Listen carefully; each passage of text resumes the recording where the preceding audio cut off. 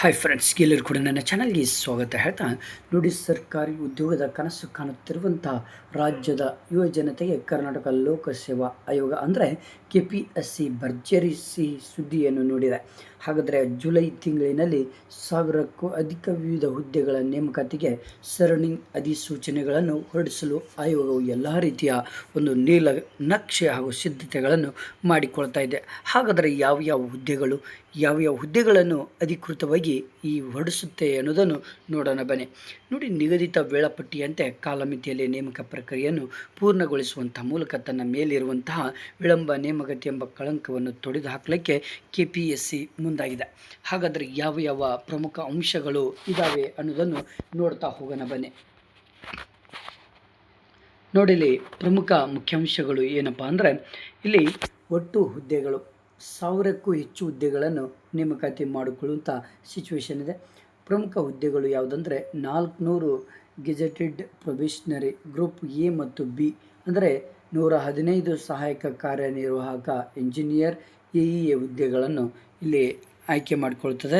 ಜೊತೆಗೆ ಇತರೆ ಹುದ್ದೆಗಳು ಯಾವುದು ಅಂದರೆ, ಇಲ್ಲಿ FDA SDA ಗ್ರೂಪ್ C ಪದವಿ ಹುದ್ದೆಗಳು, ಲೆಕ್ಕ ಪರಿಶೋಧನಾ ಇಲಾಖೆಯ ಸಹಾಯಕ ನಿಯಂತ್ರಕರು ಮತ್ತು ಲೆಕ್ಕ ಪರಿಶೋಧನಾಧಿಕಾರಿಗಳು ಇವೆಲ್ಲವುಗಳನ್ನು ಅಧಿಸೂಚನೆ ಸಮಯ ಜುಲೈ ತಿಂಗಳಲ್ಲಿ ಗ್ಯಾರಂಟಿ ಸರಣಿ ಅಧಿಸೂಚನೆಗಳು ಪ್ರಕಟಗೊಳ್ಳುತ್ತವೆ. ನೆನಪಿಟ್ಕೊಳ್ಳಿ, ಇದು ತುಂಬ ಇಂಪಾರ್ಟೆಂಟ್. ಯಾಕಂದರೆ FDA SDA ಮತ್ತು ವಿಲೇಜ್ ಅಕೌಂಟೆಂಟ್ ಈ ಒಂದು 3 ಉದ್ಯೋಗಗಳನ್ನು ಜುಲೈ ತಿಂಗಳಲ್ಲಿ ಈ ಒಂದು ಅಪ್ಲಿಕೇಶನ್ಗೆ ಅಧಿಸೂಚನೆಯನ್ನು ಹೊರಡಿಸುತ್ತೆ. ಯಾವುದು KPSC ಮುಖಾಂತರ ಹೊಸ ಪರೀಕ್ಷಾ ನಿಯಮ ಡಿಸ್ಕ್ರಿಪ್ಟಿವ್ ವಿವರಣಾತ್ಮಕ ಪರೀಕ್ಷೆಗಳನ್ನು KPSC ಹಾಗೂ OMR ಪರೀಕ್ಷೆಗಳನ್ನು KEA ನಡೆಸುತ್ತೆ. ಈ ಸಾರಿ ನೆನಪಿಟ್ಕೊಳ್ಳಿ. ಇಲ್ಲಿ ಮುಖ್ಯವಾಗಿ ಇನ್ನೊಂದು ಹೇಳಬೇಕಂದ್ರೆ ಮಾಹಿತಿ ನಿಮಗೆ, KPSC ಕಾರ್ಯದರ್ಶಿ K. ಜ್ಯೋತಿ ಅವರ ಹೇಳಿಕೆಯಾಗಿದೆ. ಇದು ಲೋಕಸೇವಾ ಆಯೋಗವು ಜೂನ್ 5ರಂದೇ ಯಾವ ಇಲಾಖೆಗಳ ನೇಮಕಾತಿ ಪ್ರಕ್ರಿಯೆ ಆರಂಭಿಸಲಾಗುವುದು ಎಂಬ ತಾತ್ಕಾಲಿಕ ಪರೀಕ್ಷಾ ವೇಳಾಪಟ್ಟಿಯನ್ನು ಕೂಡ ಪ್ರಕಟ ಮಾಡಿದೆ.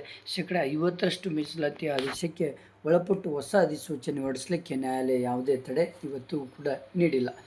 ಓಕೆ, ಇಲ್ಲಿ ನೋಡಿ, ಒಂದು ಸೂಪರ್ ಡೂಪರ್ ಮಾಹಿತಿ ಏನಪ್ಪ ಅಂದರೆ, ವಿಧಾನ 1 ನೋಡಿ, ಇಲ್ಲಿ ಗ್ರೂಪ್ A ಮತ್ತು B ಹುದ್ದೆಗಳಿಗೆ ಎಂದಿನಂತೆ ಪೂರ್ವಭಾವಿ ಪರೀಕ್ಷೆ, ಪ್ರಿಲಿಮ್ಸ್, ಮುಖ್ಯ ಪರೀಕ್ಷೆ, ಮೇನ್ಸ್ ಹಾಗೂ ಸಂದರ್ಶನ ಇಂಟರ್ವ್ಯೂ ಪ್ರಕ್ರಿಯೆ ನಡೆಯುತ್ತೆ. ನೆನಪಿಟ್ಕೊಳ್ಳಿ. ವಿಧಾನ 2 ನೇರ ಪರೀಕ್ಷೆ. ಇದು ಕೆಲವು ಇಲಾಖೆಗಳ A ವೃಂದದ ಹುದ್ದೆಗಳಿಗೆ ಕೇವಲ ಲಿಖಿತ ಪರೀಕ್ಷೆಗಳನ್ನು ನಡೆಸಿ ಇಲ್ಲಿ ಯಾವುದೇ ಸಂದರ್ಶನವಿಲ್ಲದೆ ಜ್ಯೇಷ್ಠತೆ ಆಧಾರದಲ್ಲಿ ನೇರ ಭರ್ತಿ ಮಾಡಿಕೊಳ್ಳಲಾಗ್ತದೆ.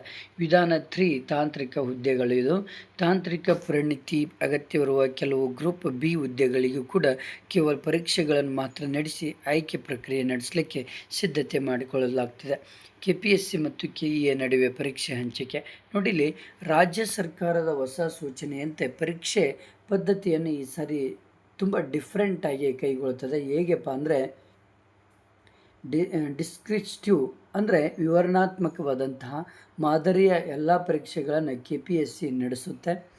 OMR ಅಬ್ಜೆಕ್ಟ್ ಓರಿಯೆಂಟೆಡ್ ವಸ್ತುನಿಷ್ಠ ಮಾದರಿಯಲ್ಲಿ ಉತ್ತರಿಸುವಂತಹ ಒಂದು ಪರೀಕ್ಷೆಗಳನ್ನು KEA ಕರ್ನಾಟಕ ಪರೀಕ್ಷಾ ಪ್ರಾಧಿಕಾರ ನಡೆಸಬೇಕೆಂದು ಸರ್ಕಾರ ಸ್ಪಷ್ಟ ನಿರ್ದೇಶನ ನೀಡಿದೆ. ಹಾಗಾದರೆ ಇಲ್ಲಿ ಡಿಸ್ಕ್ರಿಪ್ಟಿವ್ ಅಂದರೆ ಮಾದರಿಯ ಎಲ್ಲ ಪರೀಕ್ಷೆಗಳನ್ನು KPSC ನಡೆಸ್ತದೆ.